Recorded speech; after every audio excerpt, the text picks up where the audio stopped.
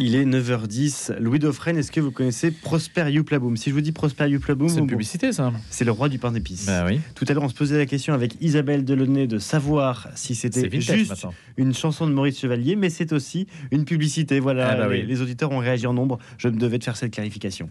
Mais écoutez, vous avez des éléments d'animation qui sont tout à fait stimulants. Stimulant. Je sens comme une pointe d'ironie. Eh bien, écoutez, je m'en vais manger mon pain d'épices et je vous laisse pour le débat du jour. Louis Dauphren, je vous retrouve demain matin à partir de 6h30. Avec plaisir. RCF et Radio Notre-Dame, le débat du jour. Un débat du jour qui va tourner essentiellement autour de questions liées à l'Église, des questions ecclésiales ce matin, à l'approche des ordinations, sur lesquelles d'ailleurs on va s'attarder un petit peu, les ordinations en France. Alors c'est vrai qu'on peut porter notre regard aussi sur d'autres pays, faire des comparaisons, mais on ira regarder du côté de cette QV 2025, si je puis m'exprimer ainsi, pour le nombre de prêtres en France, un total de 90. On est sous la barre des 100, mais peut-être, mais ça on le dit déjà depuis quelques années, ne faut-il pas se river au nombre, même si celui-ci dit quelque chose. On parlera également de Carlo Acutis, attaqué par le théologien Andrea Grillo. Ce que cela signifie, alors que Carlo Acutis, vous savez, le geek de Dieu qui sera canonisé le 7 septembre. Alors pas pendant le jubilé des jeunes, c'est un regret pour certaines personnes, mais bon, ça arrivera à la rentrée, ce sera l'un des événements de la rentrée à Rome. Sur la spiritualité donc de Carlo Acutis, quelque peu mise à mal. Et puis la fermeture de l'Arche à Trollibreuil dans l'Oise, c'est aussi un événement, c'est une page qui se tourne pour ce mouvement fondé par Jean Vanier qui compte donc changer de lieu, qui se trouve dans une situation comptable, budgétaire un petit peu difficile. Quel avenir pour cette institution? On peut parler d'institution pour l'Arche. Voilà donc nos 3 sujets ce matin jusqu'à 10h. Et pour en parler, Jean-Benoît Poul, normalien agrégé d'histoire et qui collabore au Grand Continent. Bonjour Jean-Benoît. Bonjour Louis. Constantin de Vergennes, journaliste à France Catholique. Bonjour Constantin. Bonjour Louis. Et donc les ordinations, c'est ce qui va nous occuper en premier lieu, ces ordinations qui ont lieu en France. C'est vrai qu'autour de la fête de Saint-Pierre et Paul, qui sont donc 2 apôtres essentiels dans leur genre tout à fait différents l'un l'autre, eh bien c'est le moment aussi pour l'Église de se poser sur ses effectifs, tout simplement. C'est peut-être le seul moment de l'année d'ailleurs qu'on en parle. Vous savez qu'il y a 407 000 prêtres dans le monde, 108 500 séminaristes pour je dis bien pour le monde, pas pour la France. Et donc, en ce 29 juin, pour les ordinations qui sont traditionnellement célébrées à cette date, le jour donc de la solennité de la Saint-Pierre et Saint-Paul, on a un chiffre qui est de 90. Est-ce qu'on peut essayer de le décliner, ce chiffre, pour savoir un petit peu ce qu'il signifie et le faire parler, Constantin? Déjà, on peut faire des comparaisons à l'échelle européenne pour se rassurer. Quand on regarde l'Allemagne, par exemple, l'année dernière, c'était même pas une trentaine de nouveaux prêtres. Donc, les chiffres de cette année pour la France, cette comparaison, sont plutôt bons. Maintenant, il en reste qu'on est dans une situation de crise, et une crise qui continue, puisqu'au lendemain de la guerre, avant les années 50, c'était, je crois, quelques 1500 prêtres qui étaient ordonnés. Ensuite, ça a commencé vraiment à chuter, d'ailleurs un peu comme la pratique religieuse, Guillaume Cuchet l'avait montré dans les années 50, et ça s'est stabilisé autour d'une centaine par an dans les années 80. Donc finalement, on reste un peu dans ce ventre mou des ordinations. Ce qu'il y a d'assez étonnant et d'assez ventre terrible... mou, c'est un peu dur. C'est un ventre mou statistique. Qu'est-ce que vous voulez dire? Oui, et puis surtout, en fait, quand on regarde le détail, ce qui est quand même très, très douloureux, vraiment sur le temps long de l'histoire de l'Église, mais Jean-Benoît Poul sera sans doute plus pertinent que moi sur le sujet. En fait, quand on regarde certains diocèses historiques, quand on voit par exemple le diocèse de Lyon, le diocèse de Marseille, qui n'ordonne qu'un seul prêtre, alors que ce sont quand même des terres catholiques, depuis des siècles et des siècles, c'est vraiment troublant, et ça pose quand même certaines questions. Alors tous les diocèses ne tournent pas à un ordonné. Le diocèse de Paris, c'est une petite dizaine, c'est 10 aussi pour le diocèse de Fréjus-Toulon. Donc il faut vraiment s'interroger sur peut-être les clés ou les éléments que déploient les diocèses où il y a de nombreux ordonnés pour comprendre ce qui attire les jeunes aujourd'hui. 16 prêtres à Paris, dont 4 issus de la communauté de l'Emmanuel, 1 issu des MEP, 1 issu de la congrégation des religieux de Saint-Vincent-de-Paul, un autre de la congrégation des Sacré-Cœurs de Jésus et Marie, et 1 du chemin néo-catéchuménal. Voilà pour Paris. Pour Marseille, Il y en a quand même 14 pour la province de Marseille. Oui, je ne 3 comptais que à les prêtres Aix. diocésains. Voilà, c'est pour ça. diocésain, absolument. Diocèse de Marseille, c'est un prêtre, ainsi que vous l'avez dit. Et pour Lyon en tant que tel, diocèse de Lyon, 3 dont 2 issus de la Compagnie de Jésus. Voilà, donc c'est vrai que faut toujours regarder la granularité des chiffres. Et c'est vrai que pour Lyon et Marseille, c'est plutôt faible. Jean-Benoît Poul. Oui, je crois, je ne vais pas tourner autour du pot plus longtemps. Ces chiffres ne sont pas bons, ils sont même très très bas. Alors pas bons. Cela dit, évidemment, pour chaque prêtre ordonné, c'est une vie donnée, c'est une voilà ça. L'Église peut s'en réjouir, mais ils sont pas bons en ce sens qu'il s'agit vraiment d'un étiage. Les chiffres étaient, disons, bas et ils tournaient autour de 100, disons entre 100, 130, depuis l'an 2000, hein, c'est toujours. Mais on parvenait toujours à aller au-delà de 100 en additionnant justement les diocésains qui, bon, étaient sous la barre des 100, 90, et les religieux qui étaient souvent 30, 40. Voilà, c'était, en tout cas, pour les années 2010, c'était vraiment, je dirais, la moyenne statistique de cela. Là, on est à 64 diocésains Voilà. et 25 religieux. Exactement, voilà, c'est les chiffres que j'ai vus. Donc ça veut dire que on arrive quand même, en ne prenant que les diocésains, à quelque chose qui est tout de même plus proche d'une cinquantaine, une grosse cinquantaine, que d'une centaine. Donc c'est quelque chose, c'est un nouveau palier descendant peut-être, qui est franchi. D'autant plus que je ne dirais pas que c'est pas du maquillage non plus de chiffres faux, mais parfois il y a des petits arrangements qui sont un peu étonnants. Qu'est-ce que vous voulez dire, Jean-Benoît ? Le fait, par exemple, que les prêtres de la communauté Saint-Martin, donc qui a son séminaire à Évron dans le diocèse de Laval, soient tous comptabilisés pour le diocèse de Laval, alors que Laval, bon, diocèse certes de vieille chrétienté, mais rural s'il en est, sans guère vivier de population, a par la grâce des choses 10 ordinations. Non, il y a une diocésaine pour Laval et 9 pour la communauté Saint-Martin, et on sait après que ce ne sont pas des prêtres qui vont rester dans le diocèse de Laval. Ce sont des prêtres qui vont avoir de nouveaux apostolats, et on peut s'en réjouir, à Alès, je crois, enfin dans plein de petites villes qui se trouvent en déshérence. Donc je trouve un peu bizarre, après, bon, c'est des questions de prise de parti, mais il me semble que s'il n'y a pas de règles très uniformes, de comptabiliser tantôt avec et tantôt séparer les religieux, et en fonction de quoi aussi.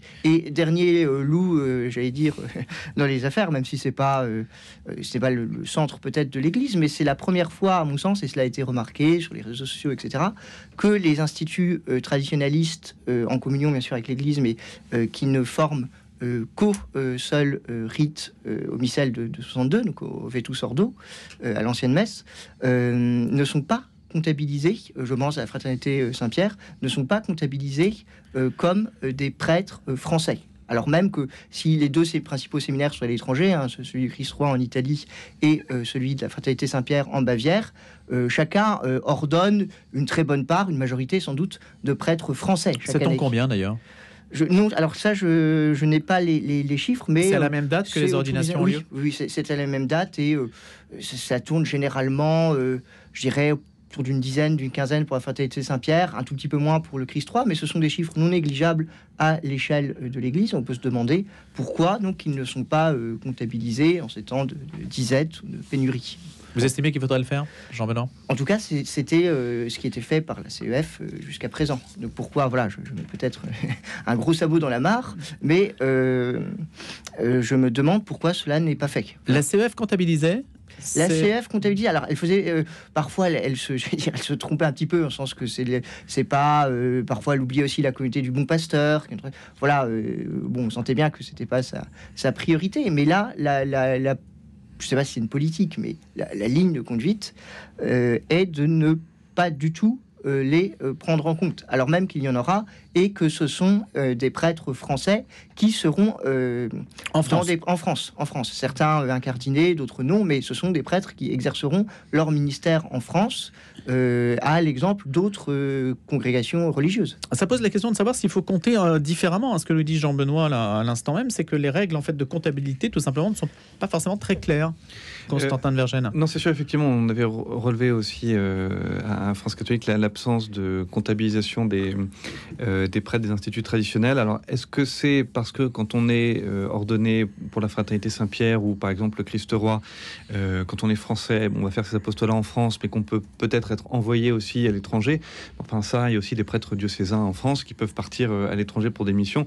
Voilà, donc c'est un peu étonnant, mais voilà, peut-être qu'il y a-t-il une explication tout à fait rationnelle que pourra donner la CEF. Peut-être pour apporter une nuance finalement à ce tableau de crise quasiment qu'on dépeint, qui est que quand on regarde, sauf faire de ma part, l'histoire, là aussi le temps long, globalement le taux, le nombre de prêtres pour le taux de prêtres de fidèles par prêtre, reste globalement le même. En fait, le nombre de pratiquants descend, donc mécaniquement aussi, le nombre de prêtres descend. Simplement, on ne peut pas s'en satisfaire à mon sens, puisque il y a les disparités géographiques. Ça provoque une tension sur le terrain de plus en plus grande. En fait, il y a moins de prêtres, certes, il y a moins de fidèles, mais du coup, il y a une tension entre les fidèles des campagnes et les fidèles des villes. Et puis, il faut aussi rappeler que moins de prêtres, c'est moins de sacrements. Concrètement, c'est moins de messes, c'est moins de confessions qui sont assurées, moins de sacrements des malades.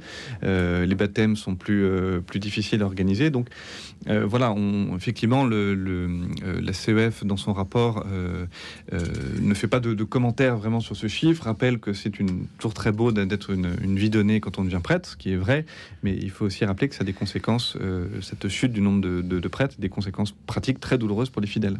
Est-ce qu'il faudrait cesser de compter, alors pas forcément cesser, est-ce qu'il faudrait voir autrement les choses que de manière géographique?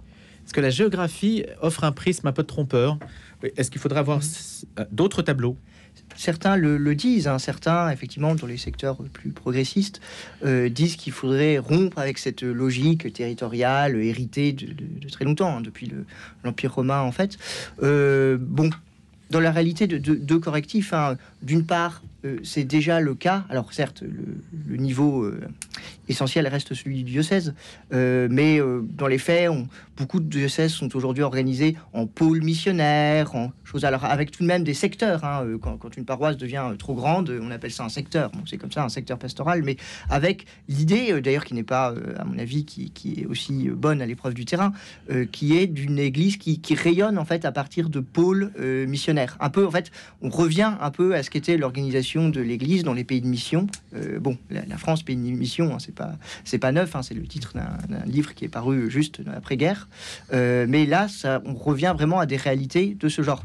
Après, je serais peut-être un petit peu plus nuancé vers tous les gens qui proclament la mort de la paroisse. Là encore, je dis ça un peu en tant qu'historien, c'est proclamer la mort de la paroisse, c'est une vieille lune. Déjà, au temps de l'action catholique triomphante, on voulait une action par secteur professionnel, pourquoi pas, là encore, mais on disait non, mais la paroisse, au fond, c'est très hypocrite, le catholicisme, c'est les gens qui se côtoient le dimanche, mais qui en fait se détestent, sont dans la lutte des classes, donc ne sont pas dans l'intérêt réel. Dans les faits, je trouve que c'est malgré tout une bonne idée. Un modèle qui a comme ça plus de 1500 ans, allez, entre 1500 et 2000 ans. Il a fait ses preuves. Voilà, ne peut pas disparaître parce que des gens font du brainstorming autour d'un organigramme, si vous voulez. L'Église est quand même la seule institution, c'est quand même époustouflant quand on y réfléchit, à avoir à ce point maillé un territoire avec une proximité inouïe. Il n'y en a pas d'autres en réalité.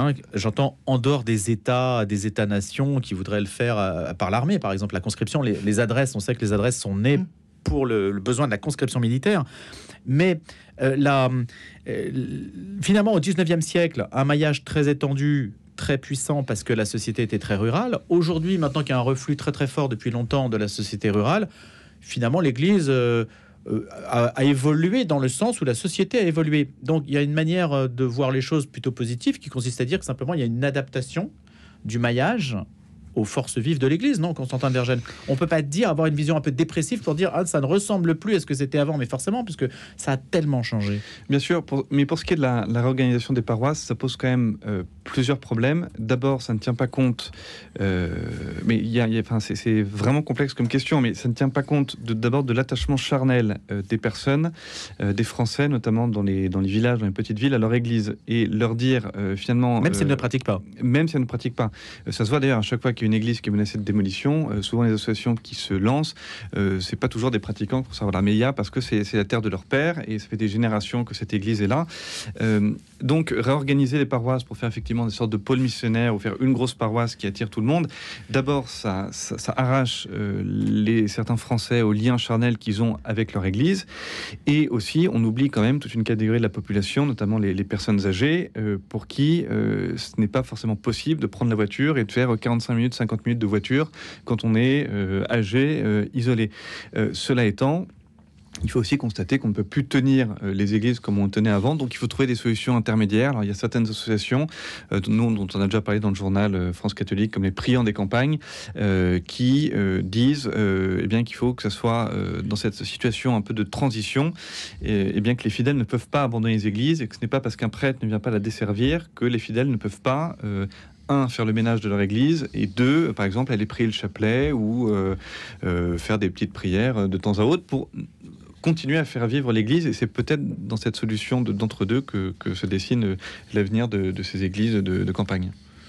Le nombre de séminaristes, Jean-Benoît, vous intervenez quand vous voulez, bien sûr, on est là pour échanger. Le nombre de séminaristes qu'on a constaté depuis 20 ans, 976 en 2000, 679 en 2023, il y a grosso modo un tassement d'un tiers du nombre de séminaristes qui correspond, Jean-Benoît, un petit peu à ce tassement que vous avez observé tout à l'heure. Oui, là encore, on parle je parlerais plus d'une érosion, mais qui est tout de même à la baisse, hein, comme tout phénomène d'érosion, c'est difficile de revenir en arrière, et plutôt que un effondrement. Alors Guillaume Cuchet a raison de parler d'effondrement, par exemple pour les indicateurs de la pratique. Je suis tout à fait d'accord avec ce qu'il dit, c'est très éclairant. Mais pour les vocations, je ne pense pas qu'on arrivera dans un pays comme la France à zéro vocation, ou des choses, des situations, j'allais dire, dignes de certains pays, les chrétiens d'Orient, etc. Mais c'est tout de même très, très problématique, ce tassement général du nombre de prêtres, d'ordinations, de séminaristes, en fait, à tous les échelons, si ce n'est celui, ça c'est un indicateur dont on peut se réjouir, l'augmentation des diacres permanents, c'est tout de même pas mal, parce que c'est un ministère, remis à l'honneur, je dirais, par Vatican II, avec donc l'invention de la forme. Tout à fait, 1485 en 2000, ça, ils sont 3153. Et je trouve qu'il faudrait, alors, c'est...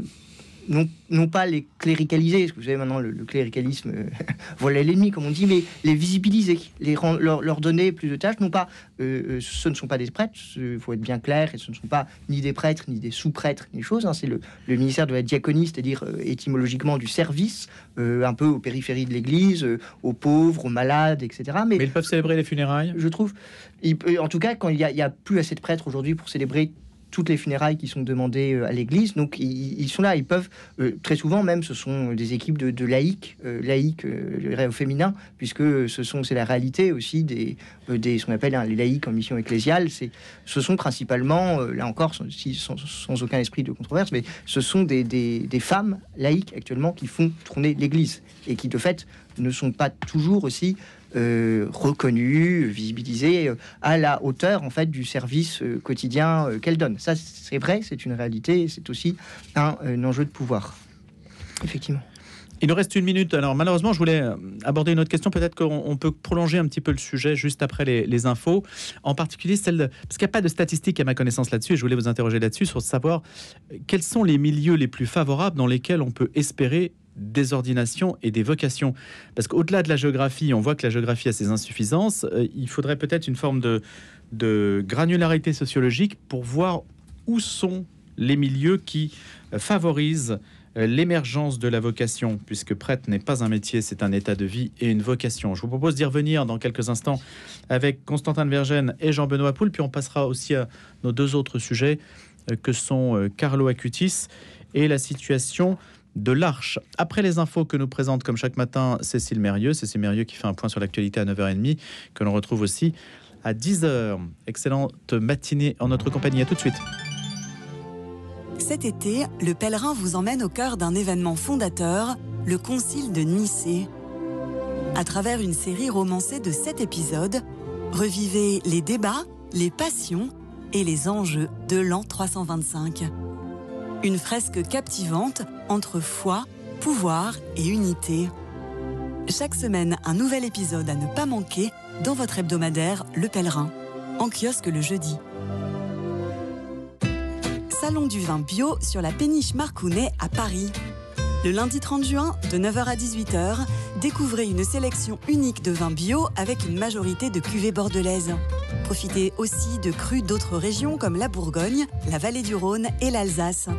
Rencontre avec des vignerons passionnés, dégustation et échange au fil de l'eau, un rendez-vous incontournable pour les amateurs de vin. Plus d'informations sur salonduvinbio.com. Bonjour, c'est Bruno Courtois, directeur de RCF Notre-Dame. Comme moi, vous avez été ému et heureux de découvrir le visage de notre nouveau pape Léon XIV. À Rome, à Paris, à Lyon et dans toutes les radios du réseau, nous sommes mobilisés pour décrypter pour vous et avec vous les enjeux de l'Église, les chantiers à venir et toutes les raisons d'espérer. Soutenez-nous financièrement et n'hésitez pas à parler de nous autour de vous. C'est important car plus que jamais, la voix des radios chrétiennes est attendue. Envoyez vos dons au 6 boulevard Edgar Quinet, à Paris dans le 14e ou via notre site ou notre application. Merci beaucoup.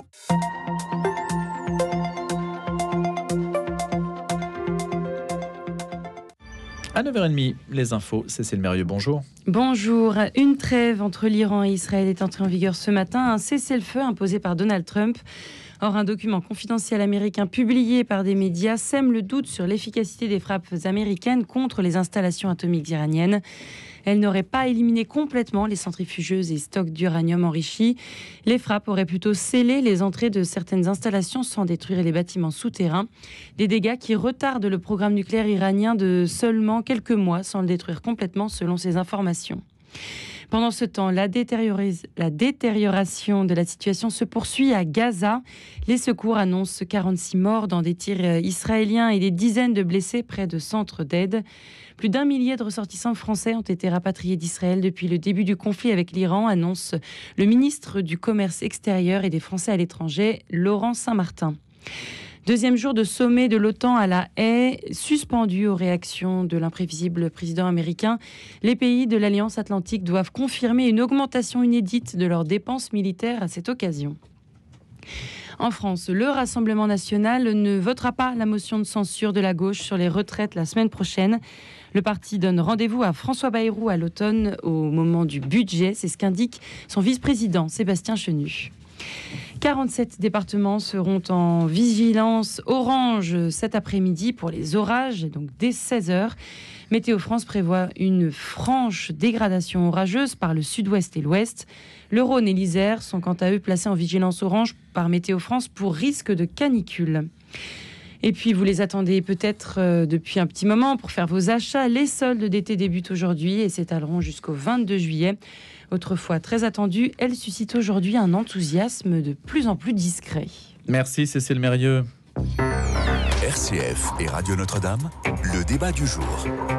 Au-delà des statistiques, devenir prêtre, c'est une histoire d'amour qui s'est développée dans le jeu continuel de deux libertés, nous dit Monseigneur Benoît Bertrand, évêque de Pontoise, président de la commission doctrinale de la CEF, qui publie donc ces chiffres dont nous parlons, celui des ordinations, liberté de Dieu qui choisit qui il veut, et notre liberté de dire oui. Être prêtre, cela ne résulte que de l'entrée dans la passion d'amour de Jésus. Néanmoins, il y a des chiffres qu'on est bien obligé de commenter. On soulignait tout à l'heure le fait que ces chiffres ne parlent pas forcément sous tous les angles de la compréhension qu'on pourrait en avoir. C'est-à-dire la géographie n'est pas forcément ce qu'il y a de plus parlant. Et puis, il y a peut-être des éléments qui sont un petit peu, non pas opaques, mais qu'on a besoin d'éclaircir. Alors, je parlais tout à l'heure de savoir quels sont les milieux les plus propices qui permettent l'éclosion de la vocation. Là, on aimerait avoir des renseignements peut-être un peu plus sociologiques, Jean-Benoît, non ? Oui, tout à fait. Alors, je ne suis pas livré à une analyse spécifique de la cuvée d'ordination 2025, mais ce que l'on peut constater à partir des chiffres précédents, c'est que il y a quand même une surreprésentation, de deux secteurs. D'une part, je dirais les milieux, on va dire, vieille France, je ne sais pas si en tout cas peut-être aristocratique, c'est-à-dire les milieux qui transmettent. Si vous regardez par exemple le nombre de nouveaux prêtres ordonnés, qui ont un nom, je dirais, un particule aristocratique. Ah oui, vous avez fait des statistiques là-dessus. C'est massivement une surreprésentation, non seulement par rapport aux Français en général, mais par rapport même aux catholiques pratiquants. Et je pense que l'explication, sans faire de déterminisme sociologique, mais que ce sont des milieux en général où la transmission est importante, où il y a souvent une histoire familiale qu'on raconte et qu'on se raconte, et on transmet beaucoup de choses, y compris peut-être donc la foi, ce qui est jugé le plus important, l'importance aussi de répondre en tout cas à l'appel de Dieu comme vocation possible, l'importance du service qui peut prendre d'autres formes, etc., etc. peut-être un deuxième vivier plus inattendu, c'est le nombre de personnes d'origine étrangère. Alors, je mets à part les prêtres étrangers qui sont envoyés en mission et qui généralement ne sont pas ordonnés en France, ce qu'on appelle les prêtres fidei donum, c'est-à-dire les prêtres prêtés par un diocèse à un autre diocèse, généralement originaires de pays du Sud. Mais on constate la même surreprésentation chez des gens d'origine étrangère, aussi des gens, alors c'est pas tout à fait la même chose, mais d'origine ultramarine, antillaise notamment, parfois ultra-périphérique, d'origine polynésienne, d'origine de Wallis et Futuna. On serait assez étonné par le nombre de prêtres d'origine aussi hispanique, parmi les étrangers, originaires de ces immigrations. Et le point commun, c'est que toutes ces sociétés sont encore assez enracinées dans la dévotion populaire. Il y a vraiment une grande pratique, un grand terreau de la foi populaire, des dévotions où on respire encore, je ne sais pas si c'est la chrétienté, mais en tout cas, la religion fait partie du paysage. Fait à l'image du message du pape François en Corse. Tout à fait. Et en fait, je pense que le pape François en Corse, alors à mon avis, il n'y a pas beaucoup de vocations originaires de Corse. Enfin, il faudrait regarder les chiffres, mais déjà la Corse en général, ils ont un grand problème de départ des jeunes pour les métropoles. Donc c'est d'autres problèmes. Mais en tout cas, la Corse est un des rares territoires français tout de même hexagonaux, parce que la Corse n'est pas un pays d'outre-mer où ce catholicisme populaire a persisté. Pour le reste, il y a des provinces où il s'est maintenu, mais il est maintenant partout en recul. Deux éléments soulignés par Jean-Benoît Poul. Constantin de Vergennes. La Croix avait publié il y a 2 ans, je crois, une enquête à laquelle avait répondu une large majorité des séminaristes de France, qui avaient des enseignements assez utiles, je pense, qui étaient d'abord que 70% d'entre eux, je crois, ont grandi dans une famille pratiquante, donc concrètement qui allait à la messe tous les dimanches. Donc finalement, les prêtres, les viviers qu'il y a aujourd'hui, ce sont d'abord dans les familles effectivement qui pratiquent et donc qui transmettent. Il y a aussi le scoutisme qui était un vivier très important, notamment par le sens du service. Au-delà des milieux sociologiques, moi, ce qui m'a toujours beaucoup marqué, parce que quand on est journaliste dans un média catholique, on interviewe beaucoup de prêtres et souvent la question de la vocation, on demande un peu quand est-ce que vous avez eu envie de devenir prêtre. Alors il y en a une part énorme qui parle effectivement des scouts et il y en a beaucoup, c'est très troublant, qui parlent de la prière en famille et notamment du chapelet en famille. Moi, à chaque fois ça m'étonne. Vous n'imaginez pas le nombre de prêtres qui m'ont confié avoir entendu l'appel pour devenir prêtre au moment d'une prière dans le salon avec les parents ou même dans la voiture, dire le chapelet en voiture. C'est tout à fait étonnant, mais ça montre que c'est vraiment dans le milieu familial que ça peut éclore. Est-ce si étonnant que cela, non, c'est pas étonnant, mais je dis c'est étonnant parce qu'on est habitué parce qu'on ne le perçoit pas. Puis à ce narratif qu'il n'y a plus de catholiques, il n'y a plus de familles catholiques. Mon impression, on découvre qu'il y en a encore et que c'est dans ces familles où ça se maintient qu'il y a des prêtres. Et puis on peut aussi citer les enfants de chœur. C'est beaucoup dans le service de l'autel. C'est vrai, quand on est à 1 mètre du prêtre et qu'on voit le prêtre qui fait les gestes de la messe, là forcément on se pose la question pourquoi pas moi. Donc ça aussi, ça peut être des leviers parce que c'est sans doute là aussi qu'on peut attendre les évêques. C'est de dire il y a tant d'ordinations, c'est moins qu'avant, et on peut peut-être attendre d'eux qu'il y ait une sorte de plan d'attaque pour essayer de faire repartir à la hausse ces vocations sacerdotales. Et je pense que là il y a des leviers assez clairs qu'on peut actionner et qui ont même été donnés par le pape Léon XIV. Il y en a-t-il un en fait, puisque vous parlez de plan d'attaque, Constantin de Vergennes, parce que ces chiffres qui décroissent ne sont pas nouveaux. C'est une tendance qui est quand même marquée depuis maintenant quasiment 40 ans en France. Fondamentalement, je pense qu'il est temps de remettre la figure du prêtre à l'honneur et de la donner à contempler à la jeunesse de manière sérieuse. Léon XIV a parlé par exemple du curé d'Ars comme modèle de la vie sacerdotale. C'est assez audacieux, parce que c'est les 100 ans de la canonisation du curé d'Ars, 1925. Le curé d'Ars, c'est vraiment pas une figure selon les canons de notre époque. C'est-à-dire que c'est pas...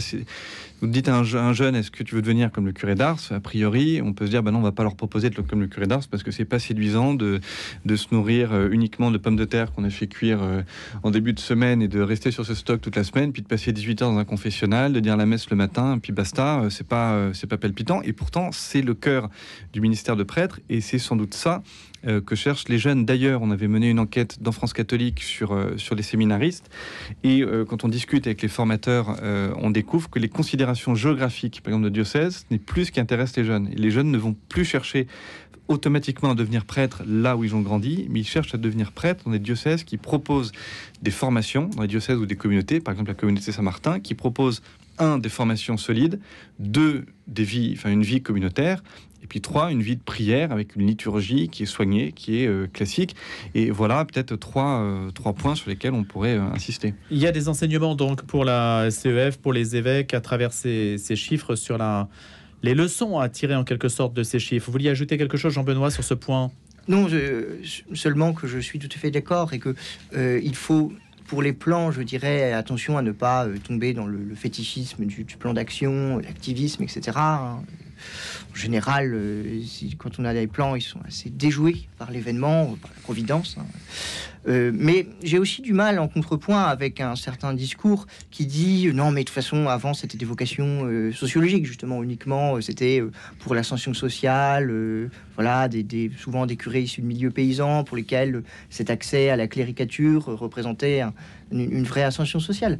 Et c'est vrai jusqu'à un certain point, mais j'ai du mal avec le discours qui dit en tout cas nous avons perdu la quantité, recentrons-nous sur la qualité, parce que je trouve que c'est faire bon marché de tout simplement le salut offert à tous, et tout simplement cette expression qui a été négative dans la bouche de ceux qui la promeuvent, mais c'est ce qu'on appelle le service public de la transcendance. Et ben moi, cette expression, je la trouve belle parce que elle décrit finalement assez bien l'attachement d'un grand nombre de Français, même assez peu pratiquants, même des chrétiens du bout de l'Église, du fond de l'Église, etc., à quelque chose, un prêtre, une présence en tout cas cléricale qui soit là pour enterrer le grand-père, qui soit là pour baptiser les petits, qui soit là lors des ce que les anthropologues appellent les rites de passage, tout simplement pour encadrer. Ça ne veut pas dire qu'ils sauront réciter tous les dogmes, etc.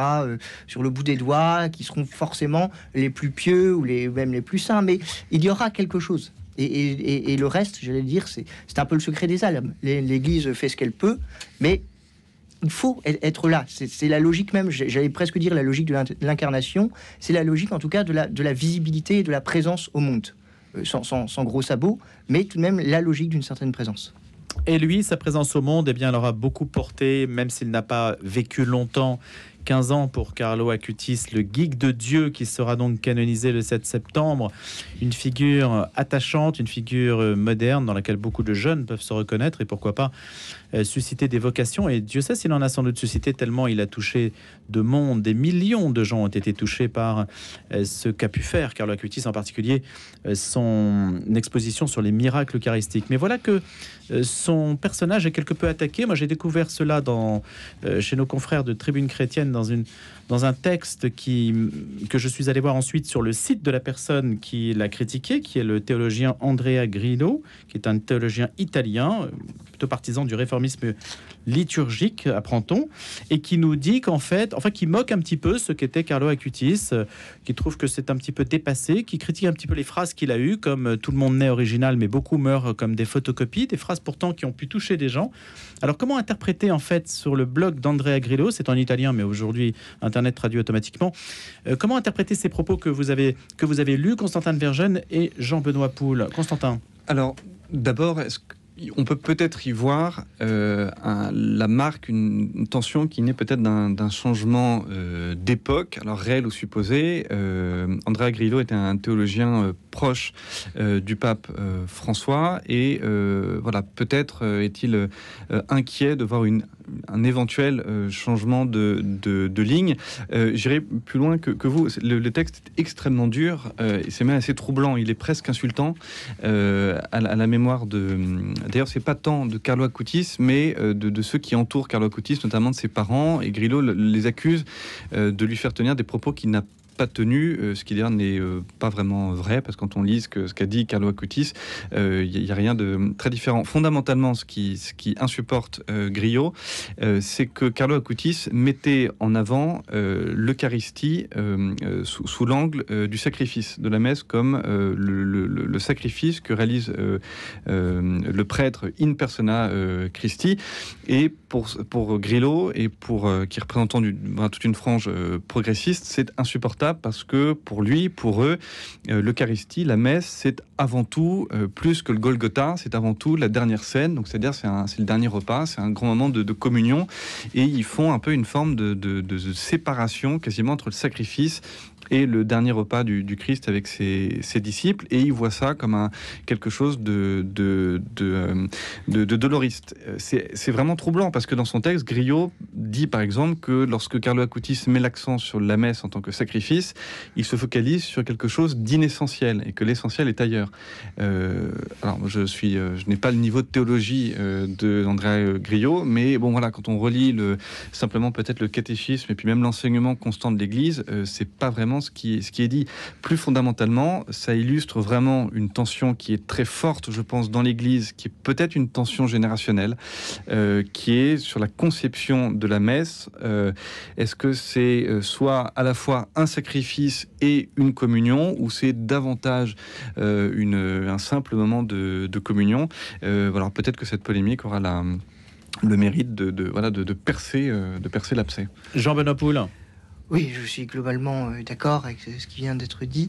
Je dirais peut-être pour relativiser les propos du professeur Grillo, que j'appelle tout de même par son titre universitaire, il est moins théologien que liturgiste, un professeur de liturgie à l'Athénée pontifical Saint-Anselme, donc là, en gros la grande université pontificale de liturgie à Rome, et c'est quelqu'un, oui, qui a une certaine visibilité, effectivement, sous les pontificats sous le pontificat de François. Mais alors, je ferai peut-être même une petite nuance. Même François, je dirais, n'était pas tout à fait dans sa ligne. Et justement, ce que nous venions de dire tout à l'heure sur la piété populaire, le sens qui se manifeste aussi beaucoup par l'adoration eucharistique. Apparemment, il est allergique, Grillo. Oui. C'est les idées des professeurs d'université, je le dis par boutade, parce que c'est moi-même finalement le métier que je tente de faire. Il y a un moment, il ne faut pas y attacher trop d'importance. Dieu n'est pas liturgiste, Dieu n'est pas théologien, et heureusement, je dirais, c'est pas. Et à l'inverse, bon, je dis ça cum grano salis, mais il y a plusieurs, je crois, c'est dans les écrits de Soloviev, ou peu importe. Enfin, il y a plusieurs écrivains de renom qui imaginent l'antéchrist. Je n'irai pas évidemment jusque là, mais sous les traits d'un théologien diplômé de Tübingen et d'Heidelberg, etc. Enfin, sous les traits d'un sage, d'un savant. D'un mandarin, en fait, une sorte de mandarin. Voilà, alors bon, ne chargeons pas trop ce pauvre professeur Grillo. Non, mais c'est vrai qu'il charge quand même Carlo Acutis quand il parle de clichés dévotionnels, qu'il a eu de mauvais maîtres, pour faire écho à ce que vous disiez, Constantin. Je le cite, il parle de petits scandales, de théologie dépassée, pesante, obsessionnelle. C'est vrai, ce sont quand même des mots très durs. Tous ces arguments s'exposent en fait à la rétorsion. Est-ce que ce ne serait pas ses propres projections en fait de sa propre théologie obsessionnelle, etc. Alors moi, je n'oppose pas, comment dire, ce qu'il dit par ailleurs de l'Eucharistie comme sacrement de la charité ecclésiale. C'est tout à fait traditionnel, ça se retrouve chez Saint-Augustin, je suis tout à fait d'accord, mais pourquoi diable opposer j'allais dire le banquet et la croix, le sacrement et le sacrifice, alors que l'Eucharistie est justement le sacrement de l'union. Voilà, et si le professeur Grillo n'en est pas convaincu, eh bien qu'il relise, j'allais dire, Trente et Vatican II, voilà, tout simplement.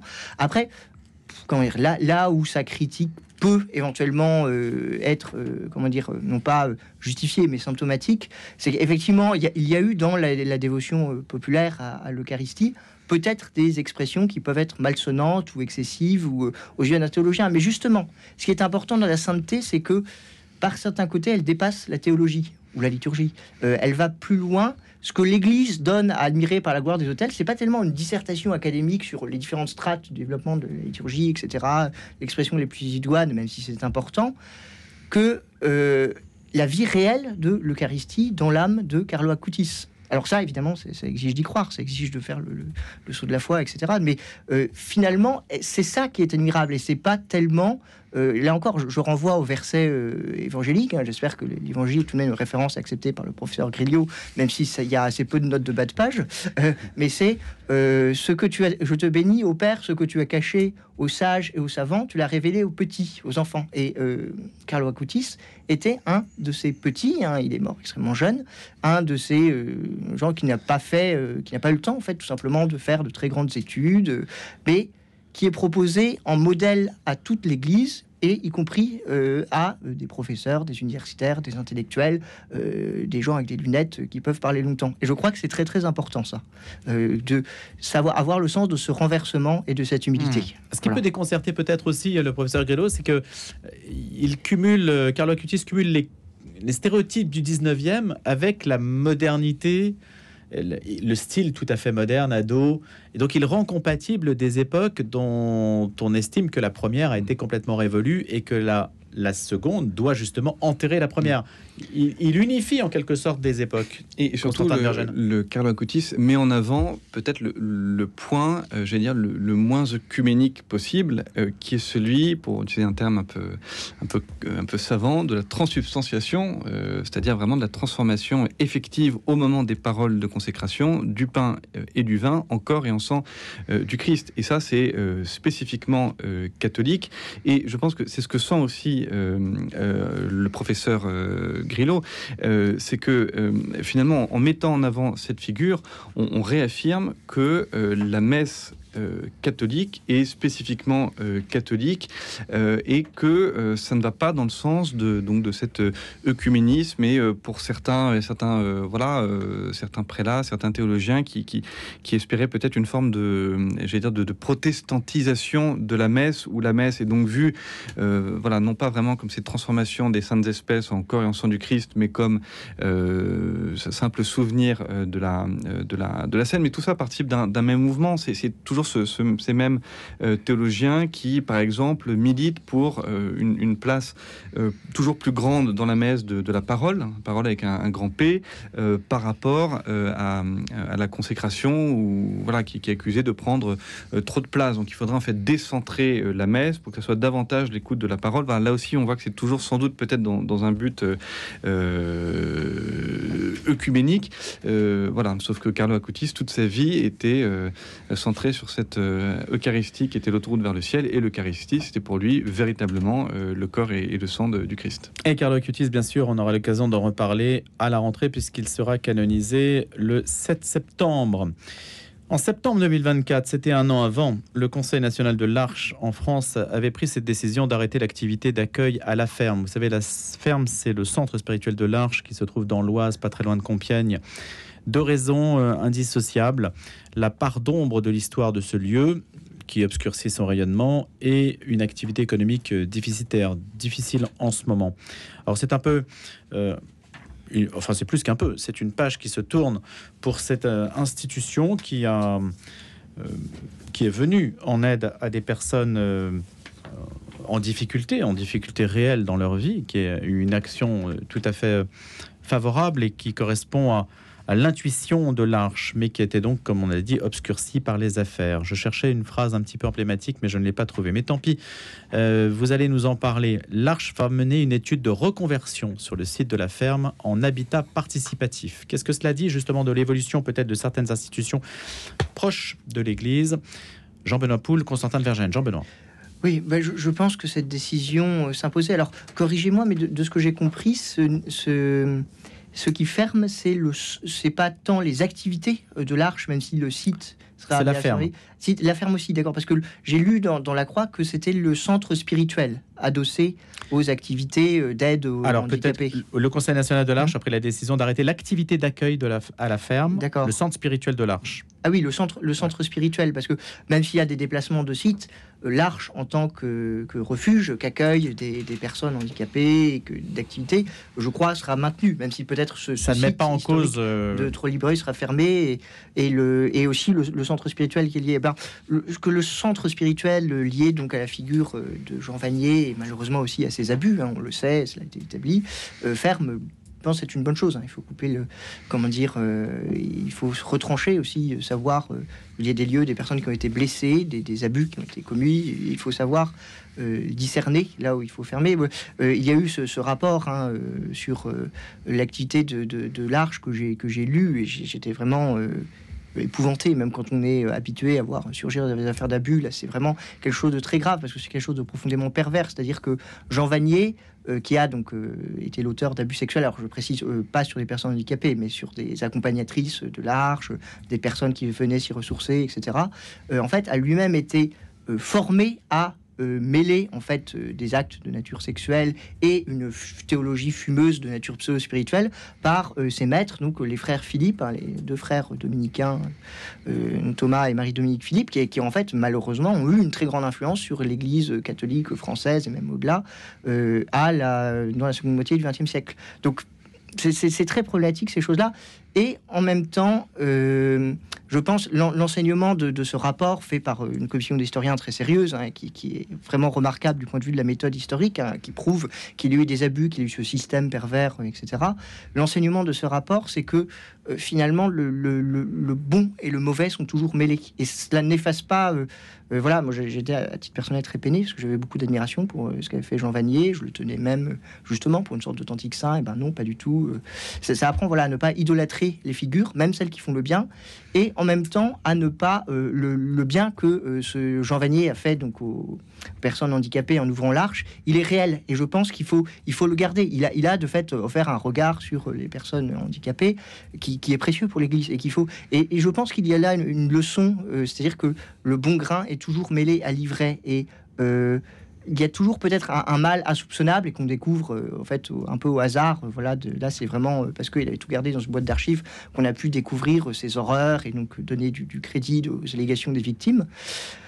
Mais il y a toujours un mal assez horrible, plus horrible qu'on le croit, mais il y a aussi un bien qui ne peut pas être effacé. Voilà, moi je suis pas pour la cancel culture du bien, pour le dire très vite d'un mot. Il faut reconnaître, évidemment, on ne peut plus continuer à honorer Jean Vanier, ce qu'il a fait est inqualifiable et plus que pénalement répréhensible, moralement horrible.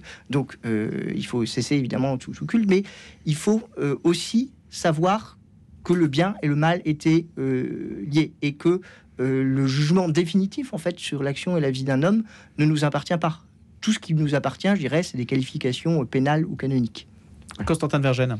Je pense que c'est aussi une mise en garde adressée aujourd'hui à tous les fondateurs ou toutes les personnes qui, dans l'Église, même au-delà, mais là c'est l'Église qui nous intéresse, comptent lancer des mouvements ou des œuvres qui rappellent qu'il faut vraiment faire attention, je vais dire, à être irréprochable, parce que on peut voir que qu'importe la beauté de l'œuvre, si le fondateur finalement est mauvais, il va entraîner avec lui dans sa chute son œuvre. Ça fait aussi un peu penser évidemment à l'Abbé Pierre. On va voir ce que vont devenir Emmaüs et la Fondation Abbé Pierre, mais c'est vraiment très douloureux parce que vraiment l'œuvre de l'Arche, on la ferme notamment, mais c'est quand même des lieux qui étaient loués. Tout le monde loue l'œuvre de l'Arche. Il ne faut absolument pas souhaiter la disparition complète de l'Arche, parce que le travail qu'ils font est exceptionnel, et si le travail qu'ils accomplissent disparaît, on ne sait pas très bien qui va pouvoir les remplacer. Mais ce qui est vraiment terrible, c'est cette vieille idée catholique que lorsque l'on fait le mal, lorsqu'on commet un péché, on ne pêche pas tout seul, et puis on entraîne avec soi, on draine avec soi on entraîne tout un tas de conséquences. Et là, on voit que les péchés de Jean Vanier, des frères Philippe, comme conséquence, que ces œuvres qui sont magnifiques, ne gagnent plus assez d'argent. Je crois que c'est aussi une des raisons qui a avancé, c'est que manifestement ils sont déficitaires. Ça, plus l'héritage spirituel impossible à porter, ça fait qu'une belle œuvre est en train de s'effondrer. Merci beaucoup pour vos analyses à tous les deux. Jean-Benoît Poul, normalien agrégé d'histoire, collaborateur au Grand Continent. Constantin de Vergennes, journaliste à France Catholique. En un mot, la une de France Catholique, Constantin. La une de France Catholique, la France à Rome. Oui, parce que c'est l'année jubilaire. C'est l'année jubilaire. Et c'est l'occasion d'avoir de bonnes adresses. De bonnes adresses. La France est partout à Rome. Et donc, voilà, c'est un numéro spécial magnifique qu'on propose à nos abonnés et aux futurs abonnés. Merci. Le Grand Continent, il y a un point à souligner avec vous, Jean-Benoît. Ils ont fait récemment une très bonne, alors c'est pas centré sur la politique religieuse, mais une interview de Stéphane Séjourné, qui est très éclairante. Interview de Stéphane Séjourné à lire sur le Grand Continent.